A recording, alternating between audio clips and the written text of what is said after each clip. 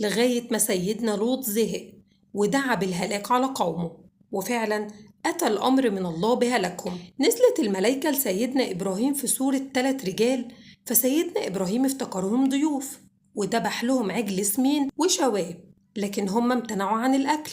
سيدنا إبراهيم قلق فطمنوه وقالوا له إنهم رسل من عند الله، ووقتها بشروا زوجته السيدة سارة إنها ستنجب إسحاق ومن بعده يعقوب، وكمان أخبروه بهلاك قوم لوط.